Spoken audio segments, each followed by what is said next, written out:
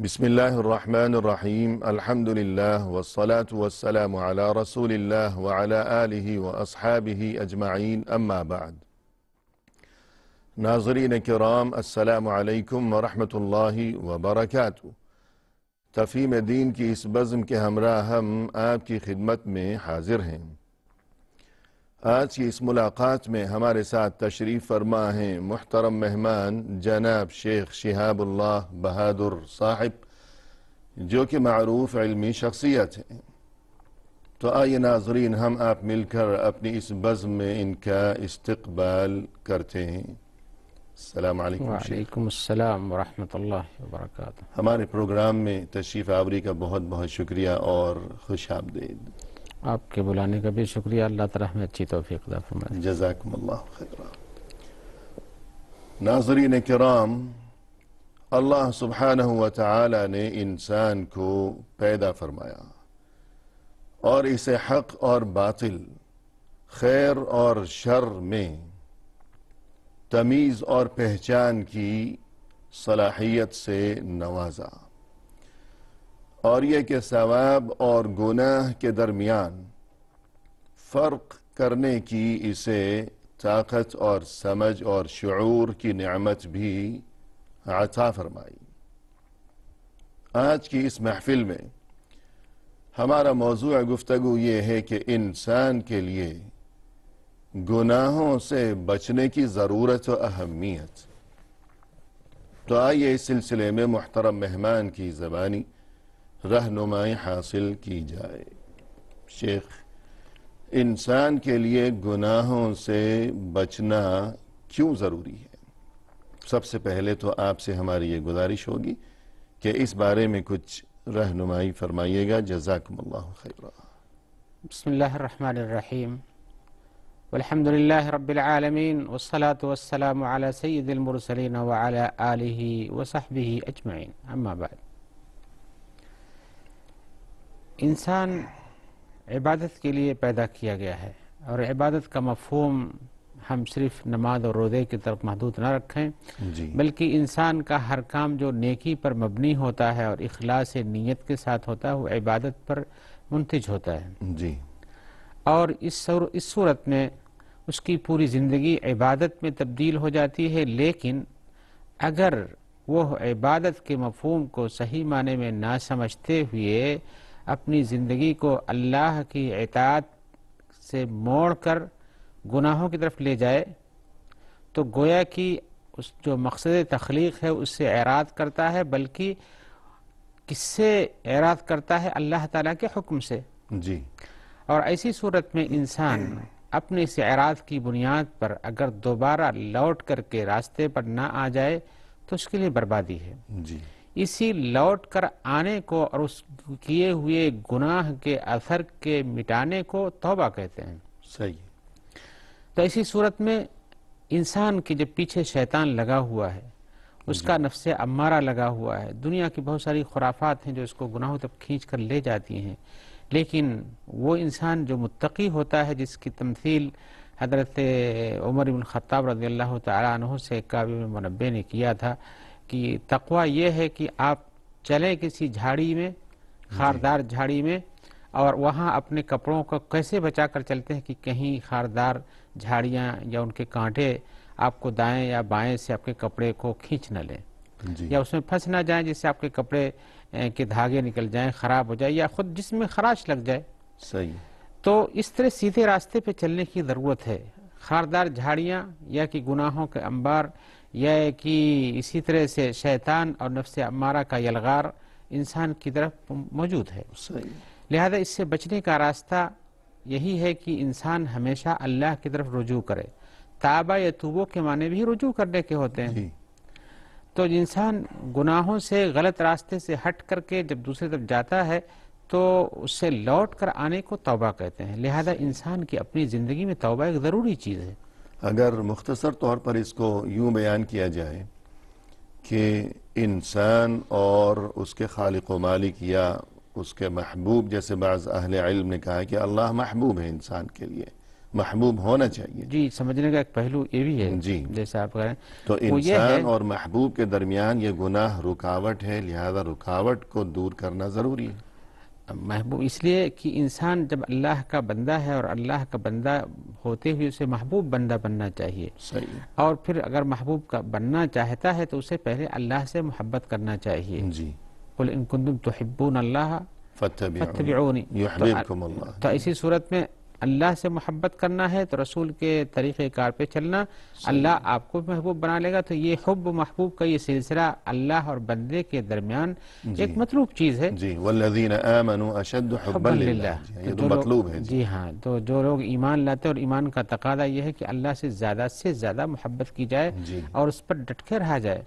لیکن یہ چیز ہم جہاں بھی اس بات کا تذکرہ کرتے ہیں فوراً ہی ہمارے سامنے آتا ہے ہمارا جو دشمن ہے، جو ہمارے کاموں کو دیکھ کر کے بہت ہی کبیدہ خاطر ہوتا ہے اور اس کو پریشانی ہوتی ہے اور وہ چاہتا ہے کہ ہم راد درگاہ ہیں تو انسان بھی ہماری طرح سے ہو جائے، تو اس کی اپنی ساری چالیں چلتا ہے اور اس کی ساری چالوں کے سامنے انسان کہیں کہیں بہک جاتا ہے. تو اس سے لوٹنے کو، اپنے محبوب جو ہے اس طرف آنے کو ظاہر بات یہ ضروری ہے. تو جو چیز اب ضروری کیسے ہے، یہ خالی لفظی بات نہیں ہے، یہ عمل کے ذریعے سے ہوتا ہے. تو جب انسان عملی طور پر اللہ تبارک و تعالیٰ سے دور ہو جائے، محبوب سے دور ہو جائے، تو اس کو محبوب کے قریب ہونا ہے تو ان چیزوں کو بھی چھوڑنا پڑتا ہے جن کی طرف کی وجہ سے دور ہوا ہے. اور وہ گناہ ہے. اور یہ قاعدہ شریعت کا ہے، ما لا یتم الواجب الا بہ فہو واجب. تو جب وہ شریعت میں یہ ہے کہ یہ ہمارا یہ واجب یا رسول اللہ تبارک و تعالیٰ سے محبت اور رسول اللہ صلی اللہ علیہ وسلم کی اتباع یہ ضروری امر ہے، تو جو چیز اس سے ہٹا دیتی ہو اس سے دور رہنا بھی واجب ہے. یعنی جو چیز رکاوٹ بن رہی ہو، اور گناہ رکاوٹ ہے، لہذا ایسی صورت میں گناہ سے دور رہنا یا توبہ کر لینا گناہ کے بعد یہ واجب ہے. اور یہ واجب فوری طور پر ہے. ویسے ایسا بھی نہیں ہے کہ چلو بھائی، جیسا بہت سے لوگ سوچتے ہیں کہ چلو ابھی تو جوانی ہے، زندگی ہے، کھانے پینے کے ایام ہیں، چلتے رہیں گے، کھاتے پیتے گناہ کرتے رہیں گے، آخر میں توبہ کر لیں گے. حالانکہ یہ تصور حب و محبوب کے درمیان، یعنی حبیب اور محبوب کے درمیان، اللہ اور بندے کے درمیان، یہ تصور بہت ہی مہلک ہے.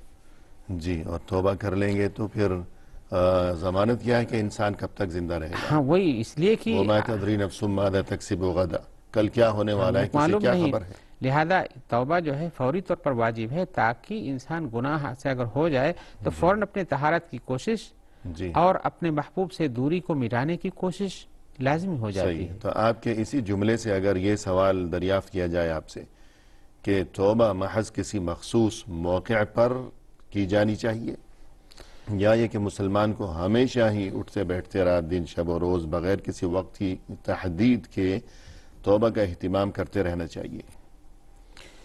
نہیں، اس کے لیے کسی مخصوص وقت، جس میں نے اشارہ کیا کہ مخصوص وقت کا انتظار یا مخصوص عمل کے بعد توبہ کرنے کا انتظار، یہ غلط ہے. صحیح ہے. بلکہ انسان کے لیے ضروری ہے کہ ہمیشہ ہی اپنا، اس لیے کہ انسان یہ نہیں جانتا گناہ کب کب ہو جاتا ہے. صحیح ہے. اور گناہ ہو جاتا ہے کبھی انجانے میں، کبھی جان کر کے، اور کبھی انسان بہک جاتا ہے، پھسل جاتا ہے. تو جب بھی تو گناہ ہو جائے اس کو ہمیشہ اسے استغفار کرتے رہنا چاہیے. اور اسی پر بس نہیں، یہ گناہ جو انسان کرتا ہے اسے کیا معلوم ہے کہ اس کے توبہ کرنے کے بعد، استغفار کرنے کے بعد معاف ہوا کہ نہیں. صحیح. لہذا اپنے اس گناہ پر ندامت اور توبہ اور استغفار ایک لازمی اور دوامی چیز ہونی چاہیے. نہ کہ بس بعد موقع پر گناہ کیا اور اس وقت کہہ لیا تو اس کی توبہ مقبول ہو گئی. اس لیے کہ توبہ کی مقبولیت کی بہت ساری شرطیں بھی ہوتی ہیں، ایسے لفظی تو نہیں ہوتا ہے. لہذا انسان کے اپنی زندگی پر ایسی چیزیں آتی رہتی ہیں اور انسان کو شیطان جو ہے گمراہی طرف لے جاتا ہے. اور انسان جب کہ معصیت سے خالی نہیں ہے، جب معصیت سے خالی نہیں ہے تو معصیت کرنے کے لیے اس کے اعضاء و جوارح سے ایسے غلط ارادے ظاہر ہو جاتے ہیں.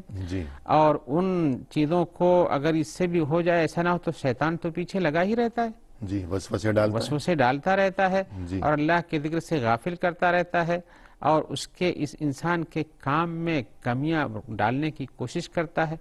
اور انسان اپنے طور پر بھی یہ نہیں جانتا کہ ہم نے مکمل طور پر جو حق تھا وہ ادا کر دیا ہے. صحیح. نقص کا امکان انسان کے اندر موجود ہے، اس لیے کہ انسان تو خطا اور گناہوں سے مرکب ہے ہی ہے. جی.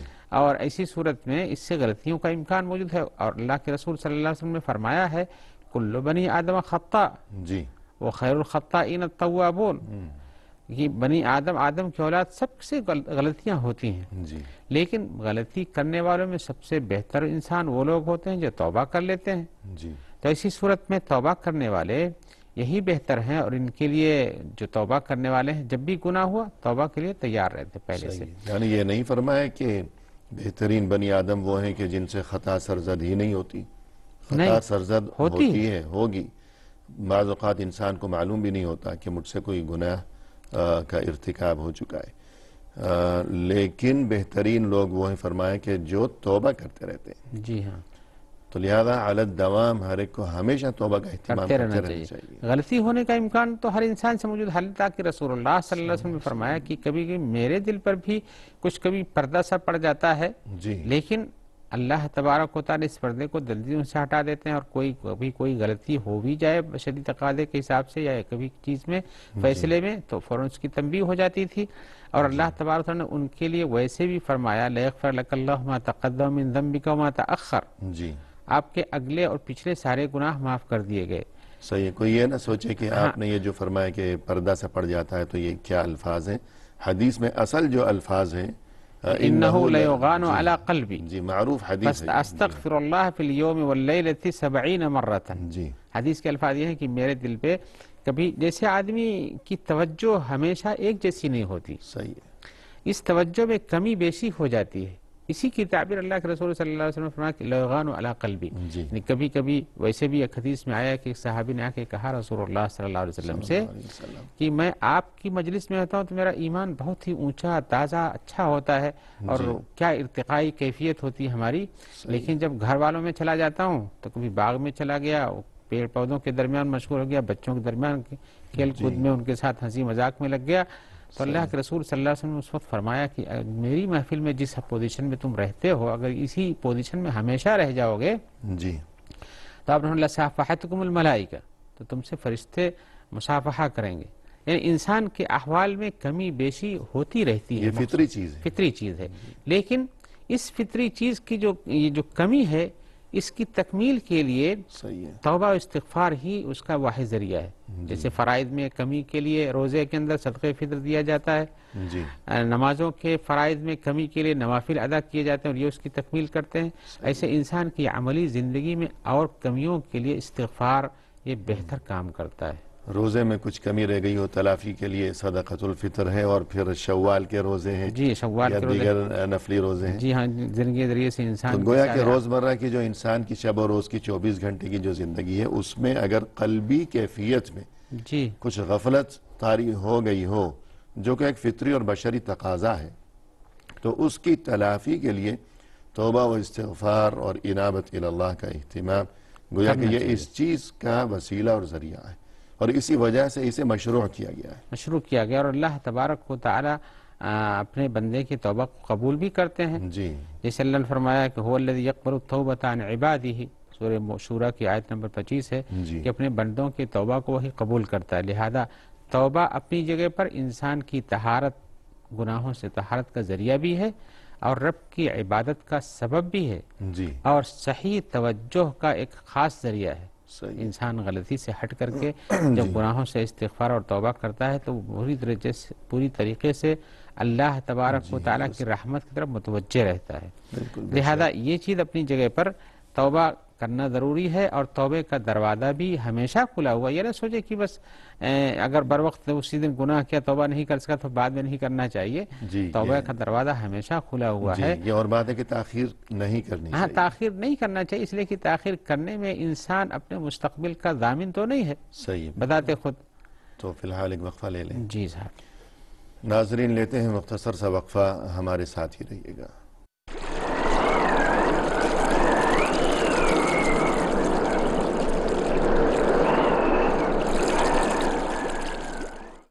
ناظرین کرام، وقفے کے بعد ہم حاضر خدمت ہیں، تو سلسلہ گفتگو کو آگے بڑھایا جائے تو اس مقصد کے لیے آئیے مہمان کی طرف رجوع کرتے ہیں۔ وقفے سے قبل شیخ گفتگو چل رہی تھی گناہوں سے بچنے کی ضرورت و اہمیت، جی اور پھر اسی حوالے سے توبہ کے بارے میں بھی ضمناً تذکرہ ہوا۔ ہم چاہیں گے کہ جب توبہ کا تذکرہ آ ہی گیا تو توبہ کی فضیلت سے متعلق چند آیات و احادیث اگر آپ بیان فرمائیں تو بہت بہتر رہے گا۔ یہ بات یاد رکھنا چاہیے کہ جیسے ہم شروع سے کہتے آ رہے ہیں، بتا رہے ہیں کہ انسان، جیسے مشہور بھی لوگ کے اندر بھی جی کہ انسان گناہوں کا پتلا ہے، صحیح ہے، تو اس سے بچنے، اور انسان اللہ کا محبوب ہے، جی اور محبوب کے دربار میں حاضری یا اس کی جناب میں حاضری کے لیے انسان کو اچھے انداز میں ہی پیش ہونا چاہیے، گناہوں سے دھلا دھلایا ہوا جانا چاہیے۔ کیوں گناہ کے آلائش اور اسی طرح سے اس کی پریشانیاں لے کے حاضر ہو؟ جی تو حقیقتاً اللہ تبارک و تعالی جب اپنے بندوں کے ساتھ بہت ہی رحیم و کریم ہے، اور یہ چاہتا ہے کہ بندے اس کے اچھے اور نیک رہیں اور درجات کو حاصل کریں، جی تو توبہ اس کے لیے مشروع کیا ہے۔ صحیح ہے، اور یہاں تک حدیث شریف میں آیا کہ اگر بنی آدم یہ اللہ سے توبہ کرنا چھوڑ دیں، یعنی گناہ ہی نہ کریں، تو توبہ کی ضرورت کہاں پڑے گی؟ ایسے افراد ہو جائیں کہ گناہ ہی نہ کریں، جبکہ ایسا امکان نہیں، معصوم کوئی نہیں ہوتا ہے، جی فطرت و طبیعت میں انسان کے ہے، تو اللہ تعالیٰ ایسی قوموں کو پیدا کرے گا جو ان سے غلطیاں ہوں گی اور وہ اللہ تبارک و تعالیٰ سے رجوع کر کے توبہ کریں گے۔ سبحان اللہ، تو توبہ ایک مشروع عبادت ہے، اور جی بلا شبہ یہ مشروع عبادت ہے، تو اس کی فضیلت بھی قرآن و حدیث میں بہت ہے۔ جی تو حقیقت میں انسان کو بچانے والا یہ سب سے وہ کامیاب ذریعہ ہے جس کے ذریعے سے انسان اپنے آپ کو پاک و صاف کر لیتا ہے۔ جی لہذا قرآن و حدیث میں اس کے لیے آیتیں بہت ساری ہیں، جی اور اس سلسلے میں اللہ تبارک و تعالی نے توبہ کا حکم بھی دیا ہے۔ جی ایسا نہیں کہ کہا کہ ہاں مستحب ہے، اچھی چیزیں کرو، تمہارے لیے صحیح، فائدہ ہے، کہ صرف رغبت دلائی ہو، ہاں ایسا رغبت نہیں ہے، ایسا نہیں، بلکہ حکم دیا ہے۔ اللہ تعالیٰ جی فرماتے ہیں وَتُوبُوا إِلَى اللَّهِ جَمِيعًا أَيُّهَا الْمُؤْمِنُونَ لَعَلَّكُمْ تُفْلِحُونَ، یہ سورہ نور کی آیت نمبر 31 میں ہے۔ جی اللہ تعالیٰ فرماتے ہیں کہ اللہ کی طرف اے مومنو سب کے سب توبہ کرو، اے مومنو اللہ کی طرف سب کے سب توبہ کرو تاکہ تم کامیاب ہو جاؤ۔ جی یہاں حکم بھی ہے، اور حکم کی تنفیذ کے بعد اس کی غرض و غایت بھی بیان کی گئی، صحیح ہے، اور یہ حکم عام ہے۔ جی غرض و غایت کیا بیان کی گئی ہے؟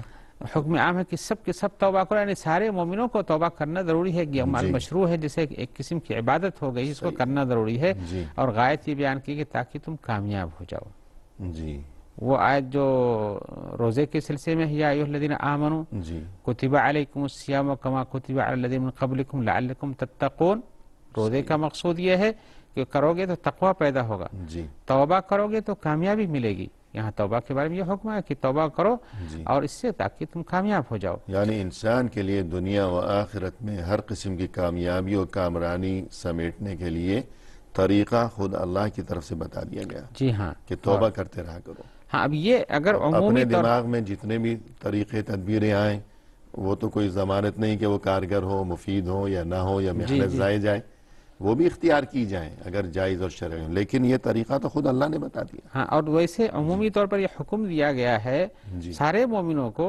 یہ صرف یہ نہیں سمجھنا چاہیے آیت سے کامیابی کی صرف توبہ کرنے کے مقصد ہے گناہ کرو توبہ کر لو، جی بلکہ گناہوں کی عمومی کیفیت پر بھی غور کرنا چاہیے۔ صحیح ہے، گناہ کوئی ایک جیسے نہیں ہوتے کہ چلو بھائی شراب پی لی تھی یہ گناہ کر لیا ہے، گناہوں کی جیسے بہت ساری طریقے اور قسمیں ہیں، ان سب سے توبہ کرنے کا حکم ہے۔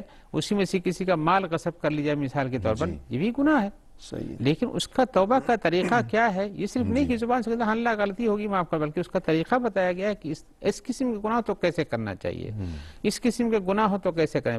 اللہ اور بندے کے درمیان جب گناہ ہو تو اس اللہ سے رجوع کرنا ٹھیک ہے اور توبہ کرنا، لیکن بندے اور بندے کے درمیان گناہ ہو جائے، صحیح، حق تلفی کی، حق تلفی ہو جائے، حقوق العباد میں کوئی غلطی ہو، جی تو ایسی صورت میں اس کے مٹانے اور اس کے توبہ کرنے کا طریقہ کار یہ ہے کہ اس کے حقوق کو واپس کرنا چاہیے۔ صحیح ہے، تو توبہ کے گناہوں کے حساب سے اس یا کے اگر طریقہ دل کار بھی، شکنی کی ہے تو تو اس کو معافی مانگی معافی جائے، مانگنا معافی چاہیے۔ تلافی ہو، کوئی روپیہ پیسہ دبایا ہے تو وہ اسے لوٹایا جائے، ہاں اس کے بعد توبہ کی جائے۔ ہاں جی ہاں، صحیح، تو یہ حکم جو میں بتا رہا تھا کہ جی توبہ اللہ جمیعاً ایھا المؤمنون، اس میں عام حکم ہے سب کے لیے کہ توبہ کرو، یہ عام حکم توبہ کا ہر عمل خاطی غلط کام کو شامل ہے، صحیح ہے، وہ جس سے کسی بھی توبہ شکل کرنا میں چاہیے، ہو۔ کسی بھی شکل میں ہو۔ جی آئیے میں دوسری آیت سناتا ہوں۔ اللہ تعالیٰ فرماتے ہیں سورہ تحریم کی آیت نمبر 8 میں، یا ایھا الذین آمنوا توبوا الی اللہ توبۃ نصوحا، اے ایمان والو اللہ سے توبہ کرو، خالص توبہ۔ نصوح کہتے ہیں خالص چیز کو، جی اور اسی لیے اس کی تفسیر میں حضرت عمر بن خطاب کا ایک بیان ہے، وہ کہتے ہیں کہ نصوح کیا ہے، تو یعنی تائب نصوح کس کو کہتے ہیں؟ جی وہ انسان ہے جو گناہ کرتا ہے پھر توبہ کر لیتا ہے، صحیح ہے، ولا یرید ان یعمل به ولا یعود، انہوں نے بتایا کہ توبہ کر لیتا ہے اور پھر دوبارہ وہ عمل نہیں کرنا چاہتا، نہ اس کی طرف لوٹ کر جانا چاہتا ہے۔ جی یہ توبہ نصوح، اس طرح کے توبہ کا حکم دیا گیا ہے، گویا کہ توبہ کے ساتھ عزم و جزم بھی ہونا چاہیے کہ یہ گناہ دوبارہ نہیں کرنا ہے۔ صحیح، اس لیے توبہ کی شرائط میں سے یہ جو اصول بیان کہتے ہیں جی کہ توبہ نام ہے، جاننے کے یہ گناہ ہے، اس سے لوٹنا ضروری ہے، اور اسی ندامت، طرح سے ندامت ہونا ضروری ہے، جی اور پختہ ارادہ کہ ایسا نہیں کریں گے اب، صحیح ہے، یہ ضروری ہے۔ تو توبہ نصوح جس کو کہتے ہیں، جس کا حکم اللہ نے فرمایا سورہ تحریم میں، توبوا الی اللہ توبۃ نصوحا، یہ نصوحا کا لفظ بتاتا ہے کہ توبہ خالص کیسے ہوتا ہے، جب اس میں عزم اور ارادہ بھی شامل ہو کہ دوبارہ یہ کام نہیں کرنا ہے۔ صحیح ہے، اور عبداللہ اتفاقاً دوبارہ گناہ ہو گیا تو الگ بات ہے، لیکن انسان توبہ کرتے وقت یہ جی پختہ ارادہ عزم، ہونا چاہیے، خلوص نیت کے ساتھ یہ عزم ہونا جی چاہیے، ہاں۔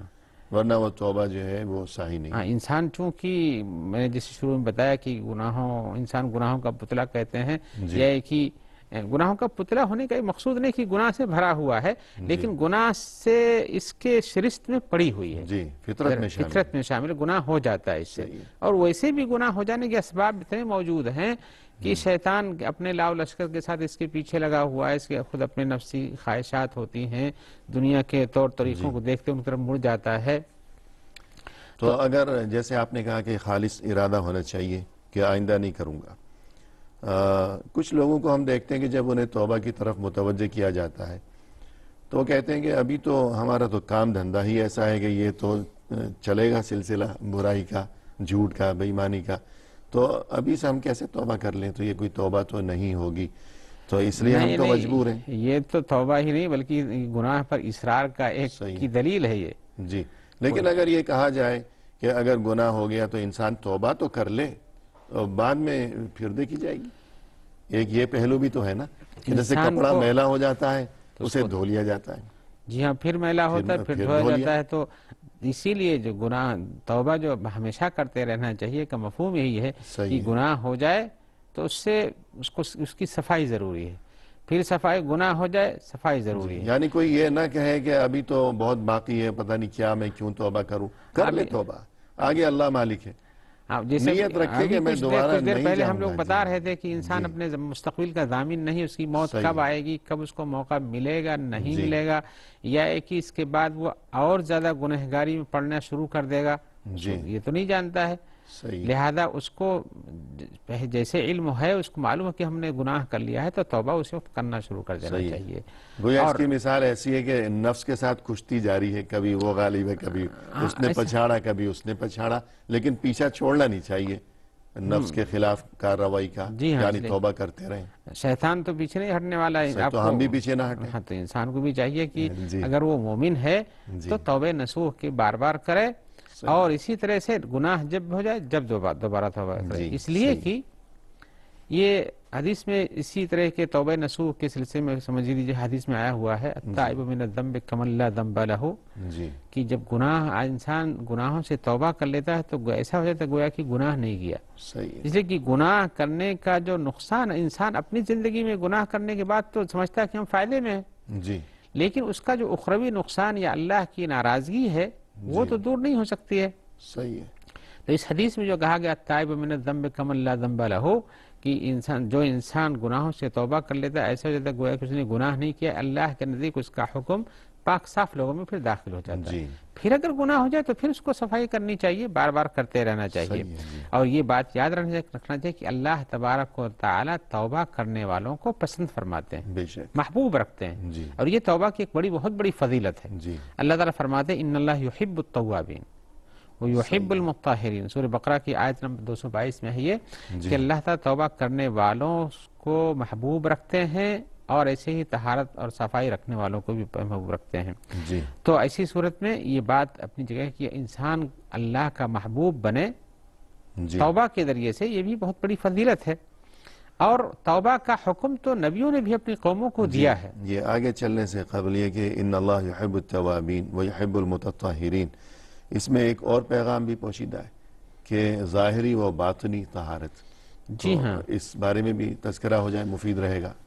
ہاں، یہ بات یحب المطہرین، طہارت دو قسم کی ہوتی ہے. جی، ایک طہارت تو جو جسمانی ہوتی ہے، صحیح ہے. لیکن اصل طہارت اگر یعنی روحانی نہ رہے، جی قلبی طہارت نہ رہے، تو انسان اوپر سے صاف ستھرا اجلے کپڑے والا محسوس ہو لیکن اندر سے کالا ہو، جی، دل کالا ہو، عمل سیاہ ہو، جی، تو یہ اس کی طہارت نہیں ہے. صحیح بات ہے. آپ بھی دیکھتے ہیں جیسے کہ کہا بتایا جاتا ہے کہ مومن طیب اور طاہر ہوتا ہے. جی، مشرک کو نجس کہا گیا، انما المشرکون نجس، یہ مشرک نجس ہوتے ہیں. لیکن یہ نجاست ظاہری طور پر آپ نہیں دیکھتے ہیں، کہاں ان کی نجاست چھپی ہوئی، باطنی طور پر چھپی ہوئی ہے. تو یہ اندرونی نجاست جو ایمان سے خالی ہونے اور زیادہ سے زیادہ گناہ کرنے اور گناہوں سے اپنے آپ کو اور اپنے دل کو کالا کرنے اور اسی طرح سے باطنی طور پر خراب ہو جانے سے انسان برا بن جاتا ہے، اللہ کے محبوبیت سے نکل جاتا ہے. جی، یہ آپ نے جو تذکرہ فرمایا کہ صرف ظاہری صفائی کافی نہیں ہے جب تک اندرونی صفائی نہ ہو، یعنی افکار اور خیالات اور عقیدہ و ایمان کی قلبی طہارت. لیکن اس کو یوں بھی، اس آیت کے مفہوم کو یوں بھی بیان کیا جا سکتا ہے کہ مومن کو یہ ترغیب دی جا رہی ہے کہ وہ اندرونی طور پر بھی اور ظاہری طور پر بھی دونوں لحاظ سے صاف ستھرا رہا کرے، کہ خیالات بھی پاکیزہ ہوں، اندرونی معاملہ اور لباس اور جسم، اٹھنے بیٹھنے کی جگہ اور غسل، طہارت اور وضو وغیرہ، تو دونوں لحاظ سے مومن کو پاک اور صاف ہونا چاہیے. گویا اس آیت میں یہ ترغیب اور تاکید بھی ہے. ایک توبہ سے باطنی طہارت ہوتی ہے، جی، اور مطہرین سے ظاہری اور باطنی دونوں بھی طہارت ہو سکتی ہے. جی، ویسے بھی حدیث شریف میں آیا ہوا ہے کہ اللہ کے رسول صلی اللہ علیہ وسلم فرماتے ہیں کہ الا ان فی الجسد مضغۃ اذا صلحت صلح الجسد كله واذا فسدت فسد الجسد كله. تو یہ باطنی طہارت جو ہے انسان کو اپنے دل کے ارادوں کو اور عزائم و افکار کو صاف و پاک رکھنا چاہیے. جی، اور یہی انسان کے اگر یہ پاک صاف رہیں تو انسان ہر کام میں درستگی کی طرف جانے کی کوشش کرتا ہے. صحیح، اس کے اعمال بھی درست ہو جائیں گے. اعمال بھی درست ہوتے ہیں، افکار بھی درست ہوتے ہیں، اس کے معاملات بھی درست ہوتے ہیں، اور اس کے زندگی کے ہر کام میں وہ ایک خاص مطمح نظر رکھ کے چلتا ہے کہ ہمیں اللہ کے لیے تقوی اور طہارت اختیار کرنا ہے، اور یہی ہماری زندگی کا نصب العین ہے. جی، کیونکہ دل تمام جسم کو کنٹرول کرتا ہے. دل کی حیثیت جسم کے اندر ہے، جیسے کہ علامہ غزالی نے اپنی کتاب میں کیمیا سعادت میں ایک بہت تفصیل سے ذکر کیا ہے اس کو شروع ہی میں، کہ دل کی حیثیت ایک بادشاہ کی ہے. صحیح ہے. اور یہ اعضاء اور جوارح اس کے خادم ہیں. جی، درست. تو جب بادشاہ درست رہتا ہے تو سب رعایا بھی درست رہتی ہے. الناس علی دین ملوکہم والی بات ہے. صحیح ہے. اور اگر بادشاہ خراب ہوا تو رعایا ٹھیک ہو کر کے بھی کام اچھا نہیں کر پاتی ہے، لیکن اوپر سے تو عوامر دوسرے ہیں. تو ایسی صورت میں دل کی ایک بہت بڑی حیثیت ہے. اور اللہ کے رسول صلی اللہ علیہ وسلم جو فرمایا کہ جس میں ایک ٹکڑا ہے گوشت کا، جب وہ سب درست رہتے ہیں، وہی مقصود ہے کہ ساری سپلائی افکار کی، خون کی، جسم کے صحت کی وہیں سے شروع ہوتی ہے، اور تمام احکام وہیں سے صادر ہوتے ہیں. جی ہاں. تو ایسی صورت میں اس کا دھیان رکھنا بہت ضروری چیز ہے. جی، ناظرین کرام، لیتے ہیں مختصر سا وقفہ، ہمارے ساتھ ہی رہیے گا.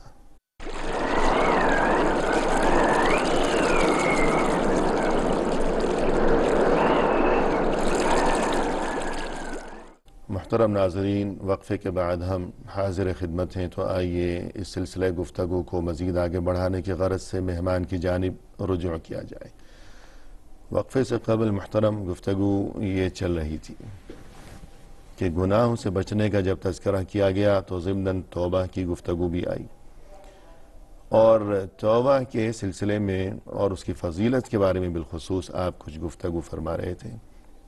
تو آپ نے چند آیات کے حوالے سے اس سلسلے میں رہنمائی فرمائی. اب چند احادیث کے حوالے سے بھی اس سلسلے میں رہنمائی فرمائیے گا. بلا شبہ توبہ اپنی جگہ پر جب ایک بہترین عمل تھا اور انسانوں کو اپنی زندگی میں برائیوں سے پاک ہونے کا ذریعہ تھا، تو جیسے قرآن مجید کی آیتوں میں اس طرف ترغیب دلائی گئی اور اس کا حکم دیا گیا، اور پرانے نبیوں کے اقوال بھی نقل کیے گئے قرآن مجید میں کہ انہوں نے اپنے قوموں سے کہا بھی کہ جیسے یا قوم انکم ظلمتم انفسکم باتخاذکم فتوبوا الی باریکم، حضرت موسیٰ نے کہا کہ اپنے گناہ کیے ہو اپنے رب سے توبہ کرو. اور نصارہ کو بھی اللہ تعالیٰ نے فرمایا افلا یتوبون الی اللہ واستغفرونہ، گناہ کرتے ہیں تو کیا انہیں توبہ نہیں کرنا چاہیے اور استغفار نہیں کرنا چاہیے. رسول اللہ صلی اللہ علیہ وسلم نے بھی اپنی حدیثوں میں توبہ کی فضیلت میں اور اس کی اہمیت کے بارے میں کئی بار ترغیب، بہت ساری حدیث ہیں. اور گزشتہ انبیاء کرام کے بارے میں تو بہت بکثرت قرآن کریم میں، نوح علیہ السلام کے بارے میں فقلت استغفروا ربکم، تقریباً سب جن کا بھی نام آیا ہوا ہے وہ سب کا بیان، لیکن ہم اس کی تفصیل میں جا نہیں وَيَا قَوْمِ اسْتَغْفِرُوا رَبَّكُمْ ثُمَّ تُوبُوا إِلَيْهِ. جی ہاں، تو اس سے اہمیت واضح ہوتی ہے کہ حتیٰ کہ گزشتہ انبیاء کرام علیہ السلام بھی اسی چیز کو انہوں نے اختیار کیے رکھا، یعنی توبہ و استغفار کا اہتمام و التزام، اور اپنی امت کو اس کی رغبت بھی دلاتے رہے، بلکہ تاکید کرتے رہے. ایسا کیوں نہ ہو، سب سے پہلے حضرت آدم سے جب غلطی ہوئی تو اللہ نے انہیں ارشاد کیا کہ تم توبہ کرو. صحیح ہے. اور انہیں کچھ کلمات سکھائے جن کو انہوں نے پڑھنے کے بعد اللہ سے رجوع کرنے کے بعد ان کے گناہ معاف ہوئے. فتاب علیہ، اللہ تعالیٰ نے ان کی توبہ قبول فرمائی. تو جب سب کے سب بنی آدم تھے تو سب کے پاس یہ حکم پہلے سے اسے، یعنی جیسے فطرت کے ساتھ یہ غلطی اور اسی کے ساتھ ان کے باپ دادا حضرت آدم کے پاس یہ حکم اللہ کا، یہ حکم سبھی کے لیے ہوا، تمام بنی آدم کے لیے. آدم کو یہ حکم دیا گیا تو آدم کی سبھی اولاد کے لیے یہ حکم ہے. ہاں، سب کے لیے حکم ہے. اسی لیے اللہ کے رسول کی وہ حدیث جو ابھی ہم سے پہلے بتا چکے ہیں، کل بنی آدم خطاؤن، سب بنی آدم غلط کار ہیں، گنہگار ہوتے ہیں. تو یہ سب کے اندر ہے. تو لیکن یہ غلطی ہونا اور ساتھ میں توبہ کرنے کے بعد حضرت آدم کہ اس غلطی کا معاف ہو جانا اس بات کی دلیل ہے کہ ابنائے آدم کو بھی غلطی کا ارتکاب کرنا پڑتا ہو جاتا ہے، اور پھر اس سے نکلنے کا راستہ یہ کہ توبہ کرنا چاہیے. تو سارے انبیاء نے کہا، رسول اللہ صلی اللہ علیہ وسلم کے بھی فرامین اس سلسلے میں ہیں. ان کا ایک فرمان ہے، یا ایھا الناس توبوا الی اللہ، اے لوگو اللہ سے توبہ کرو. فانی اتوب الی فی الیوم الیہ 100 مرہ. اللہ کے رسول صلی اللہ علیہ وسلم ترغیب دلاتے ہیں، حکم دیتے ہیں، پھر اپنا عمل بھی بیان کرتے ہیں تاکہ اس ترغیب کو طاقت مل سکے. صحیح ہے. جبکہ رسول اللہ صلی اللہ علیہ وسلم متقدم متاخر سارے ذنوب معاف ہیں اور اللہ تعالیٰ کے محبوب ہیں اور معصوم عن خطا ہیں، اس کے باوجود بھی آپ فرماتے ہیں لوگوں اللہ سے توبہ کرو. فإنی اتوب فی الیوم الیہ 100 مرۃ، میں ایک دن میں 100 بار اللہ سے توبہ کرتا ہوں.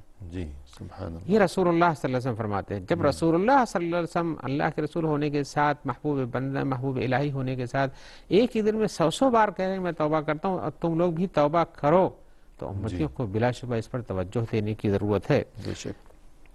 اور اسی طرح سے آپ نے فرمایا ہے رغبت دلاتے ہوئے ایک حدیث میں، ان اللہ یبسط یدہ باللیل لیتوب مسیء النہار ویبسط یدہ بالنہار لیتوب مسیء اللیل، کہ اللہ تعالیٰ اپنے دست رحمت دراز فرماتے ہیں دن کے گنہگاروں کے لیے تاکہ وہ توبہ کر لیں تو ان کے دن کے گناہ معاف ہو جائیں. اور رات میں جن کے گناہ ہوئے ہیں ان کے لیے دن میں دست رحمت دراز کرتے ہیں کہ بھی رات میں تم سے گناہ ہوا، اب استغفار کرو تمہارے گناہ معاف ہو جائیں گے.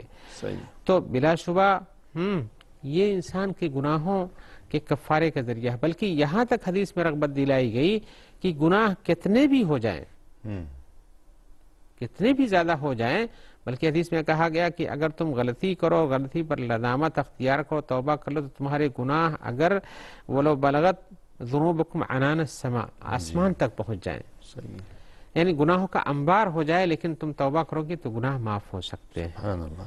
تو رغبت دلانے کے لیے ظاہر ہے کہ انسان کتنا بھی بڑا گنہگار ہو، توبہ کا دروازہ کھلا ہوا ہے، اس کی معافی ہو سکتی.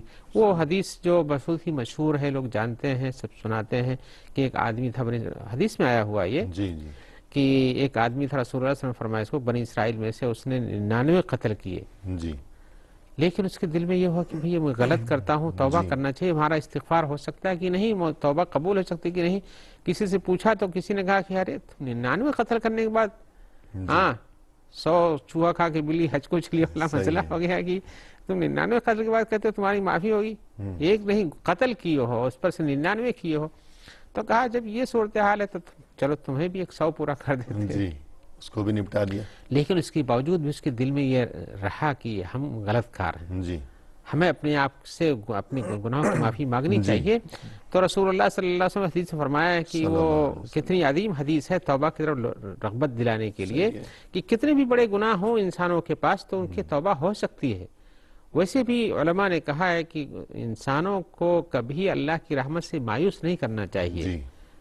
ویسے بھی مایوسی کفر ہے, اللہ کی رحمت سے مایوسی کفر ہے, کافر ہی کرتے ہیں. لیکن انسان مومن ہو مایوس نہیں ہوتا ہے گناہوں کو رحمت اللہ. الا القوم الکافرون بھی انه لا ييأس من روح الله الا القوم الكافرون سورہ یوسف. جی ہاں, تو وہ لوگ کافر ہی اللہ کی رحمت سے مایوس ہیں. لوگ جانتے ہیں کہ ہمارا ہم تو بہت گولے. اب یہاں وہ تفصیل میں جائیں تو کہنا پڑے کہ کچھ لوگوں کا عقیدہ یہ ہے کہ جیسا کرو گے ویسا پھر پیدا ہو جاؤ گے.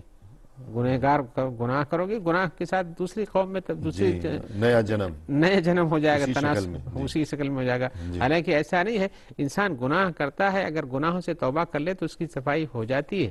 جی لیکن یہ مومن اس امید کو رکھتا ہے, کافروں کی تو ہاں وہی ہے. جی وہ حدیث آپ بیان کر رہے تھے. تو میں حدیث تو اس نے کہا کہ میں 100 پورا کر دیتا ہوں, پھر بھی شائبہ پیدا ہو کہ مجھے تو توبہ کرنا چاہیے. تو لوگوں سے پوچھا, تو ایک نے بتایا کہ فلاں بستی میں جاؤ, وہاں علماء ہیں, وہ تمہیں صحیح راستہ دکھائیں گے. چل رہا تھا, آدھے راستے میں وفات ہو گئی اس کی, اور وہ بالکل گھسٹتا ہوا آگے بڑھتا رہا. پھر بھی صحیح ہے, توبہ کرنے کی کوشش دیکھیے کہ جا رہا ہے, اتنے گنہگار ہے لیکن رحمت سے مایوس نہیں ہے. جا رہا ہے, جاتے ہوئے اس کی موت ہونے کی قریبت ہے, گر پڑتا, سکرات الموت میں پڑ گیا. اس کے باوجود بھی اپنے آپ کو اسی طرف لے جا رہا جہاں توبہ ہو جانے کی امید ہے. جی فرشتے آتے ہیں, اس کے بعد دونوں فرشتے آتے ہیں کہ گنہگار ہے, یا کہ رحمت کے فرشتے آتے ہیں, اختلاف ہوتا ہے. پھر اس کے بعد اللہ تعالیٰ حکم دیتے ہیں کہ زمین کو ناپ لو. ناپتے ہیں تو وہ اس طرف ایک بالش زیادہ ہوتا ہے جہاں جا رہا تھا, لہذا اس کا حشر ہوتا ہے اچھے لوگوں کے ساتھ. یہ توبہ کی کوشش میں جانے والے انسان کی یہ حال ہے, تو توبہ کرنے والے کا حال بلا شبہ بہتر ہے. جی یہاں اہل علم نے ایک نقطہ یہ بھی بیان کیا ہے کہ اگر کوئی دینی معاملہ ہو تو انسان کو زاہد کی بجائے عالم کی طرف رجوع کرنا چاہیے. ہاں یہ نقطہ تو بہت ہی اہم ہے اپنی جگہ وہ پر. پہلا شخص جس نے کہا تھا کہ 99 قتل کر ڈالے, اب تمہارے لیے کیا توبہ, جاؤ تمہارے لیے توبہ وبہ نہیں ہے, تو وہ زاہد تھا. جی ہاں, علم نہیں تھا اس کے پاس, مخلص تھا, نیت صاف تھی. ہاں لیکن عبادت ہی راستہ جانتا تھا کہ نیک کام کرتے رہو گے تبھی تمہاری نجات یعنی وہ زاہد و عابد تھا لیکن عالم نہیں تھا. جبکہ دوسرا شخص جس نے کہا کہ انسان کو اللہ کی رحمت سے کون محروم رکھ سکتا ہے, من یحول جو الفاظ ہیں, جی وہ عالم بھی تھا. تو اگر کوئی بھی دینی معاملہ ہو, استفسار ہو, سوال ہو, مشکل ہو, تو محض زاہد و عابد کی طرف رجوع کرنے کی بجائے عالم انسان کو تلاش کرنا چاہیے کہ وہی درست رہنمائی کرے گا. اور برائے صحیح رغبت دلانے کے لیے وہ حدیث کا بھی تذکرہ کر دینا ضروری ہے. جی جو بنی اسرائیل کے بارے میں آیا ہوا ہے کہ ایک انسان تھا جو بہت گناہ کرتا تھا, اس کا دوسرا سگا بھائی تھا, تو اس کو ڈانٹتا کہ تم کو اللہ تعالیٰ کبھی نہیں معاف کرے گا, جہنم میں جاؤ گے. تو اس نے جو یہ بات کہی, لیکن یہ پھر بھی اپنے دل کے اندر محسوس ہو کے رہ گیا. لیکن اللہ تبارک و تعالیٰ نے فرمایا کہ تم کون ہوتے ہو فیصلہ کرنے والے, جی ہماری رحمت بہت وسیع ہے. صحیح ہے, لہذا اس کے اللہ کی رحمت کو روکنے کی کوشش کے نتیجے میں اسے جہنم ہو جاتا ہے اور اس کو جنت مل جاتی ہے. تو وہی صورتحال ہو گئی. بالکل جی ہاں, تو میں بتانا چاہوں گا کہ واقعی انسان کو سمجھداری کے ساتھ کبھی بھی کسی انسان کو ہم اللہ کی رحمت سے مایوس نہیں کرنا چاہتے, نہ مایوس ہونا چاہیے. مومن کو گناہ کتنے بڑے ہوں توبہ کرنا چاہیے. توبہ کی فضیلت میں اور اس کی طرف رغبت دلانے میں اللہ تعالیٰ کا یہ فرمان بھی اپنی جگہ میں بہت اہم ہے کہ میری رحمت میرے غضب پر غالب ہے. جی, اور غضب یہ انتقام چاہتا ہے اور سزا دینا چاہتا ہے, اور رحمت یہ انسان کو معاف کرنے اور ان کو ان کے اوپر پردہ ڈالنے, ان کے درجات کو پستی کے بعد اٹھانے کا کام کرتی ہے. عفو درگزر اس میں پیدا, اور توبہ کا بھی یہی مقصود ہے. صحیح ہے. تو آئیے ایک حدیث اور بھی تذکرہ کر لیں جو رسول اللہ صلی اللہ علیہ وسلم نے بتایا کہ اللہ تبارک و تعالیٰ بندے کے توبہ سے کتنا خوش ہوتا ہے. جی سبحان اللہ. یہ حالانکہ خوشی کا مقام ہے بندے کے لیے کہ بندہ توبہ کرے، اس کی توبہ قبول ہو جائے. جی لیکن یہ دیکھیے کہ اس عمل کو اللہ تبارک و تعالیٰ نے کتنا عظیم قرار دیا ہے، اور اس میں خوشی کا جو اظہار ہے اللہ کے رسول کی حدیث میں جیسا کہ آیا ہوا ہے وہ بہت عظیم انداز میں ہے. صحیح. حدیث طویل ہے جس کا مقصود یہ ہے کہ اللہ اور رسول اللہ نے فرمایا ہے کہ اللہ تبارک و تعالیٰ اپنے بندے کی توبہ سے اتنا زیادہ خوش ہوتا ہے، اتنا زیادہ خوش ہوتا ہے کہ اس کی خوشی کی انتہا بیان کرنے کے لیے ایک مثال دی گئی حدیث میں. جی یہ ہے کہ ایک آدمی ہو جو کہ بہت ہی چٹیل اور دور دراز پانی سے دور، کھانا پانی سے دور کوئی بھی چیز وہاں سامان معیشت نہیں ہے، اس میدان میں پہنچے اور اس کی جس اونٹنی بیٹھا تھا اور کہیں ذرا سا لیٹ جاتا ہے اتر کے کسی پیڑ کے نیچے، اونٹنی غائب ہو جاتی ہے، سامان کے ساتھ ہی غائب ہو جاتی ہے. صحیح درست. اب وہاں پر جاگتا ہے تو دیکھتا نہ اونٹنی ہے، نہ سادو سامان ہے، نہ پانی ہے. اب سوائے اس کے کہ اس سے صحرائی زمین میں بیابان میں دھوپ اور پیاس کی شدت سے ختم ہو جائے گا، اس کے لیے کوئی راستہ سامنے نہیں جانتا ہے. جی کہ موت یقینی ہو چکی. موت یقینی ہو چکی. جا کے ڈھونڈتا ہے، ڈھونڈ ڈھونڈ کے تھک جاتا ہے، کہتا اب تو مرنا ہی ہے. جی چلو جہاں وہیں اس پیڑ کے نیچے جا کے وہیں بیٹھ جاتے ہیں. جی جاتا ہے، لیٹ جاتا ہے، لیٹ جانے کے بعد نیند آ جاتی ہے، پھر جاگتا ہے تو دیکھتا اچانک آنکھ کھلتی دیکھتا ہے ارے اونٹنی تو کھڑی ہے، سادو سامان بھی لدا ہوا ہے، کھانا پینا بھی موجود ہاں. ہے. بس وہ موت کے بعد زندگی، نئی زندگی مل جاتی ہے اس کو.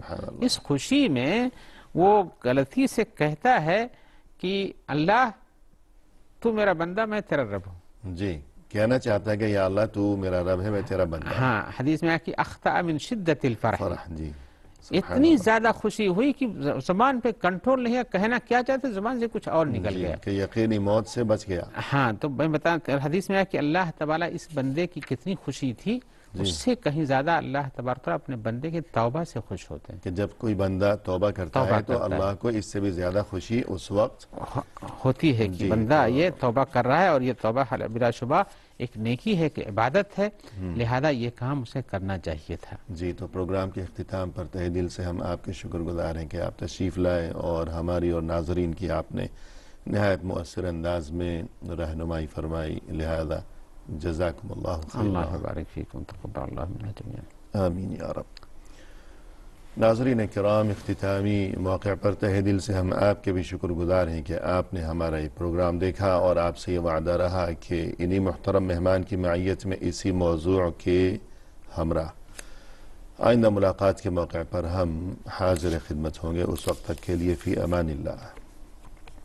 وآخر دعوانا ان الحمد للہ رب العالمین.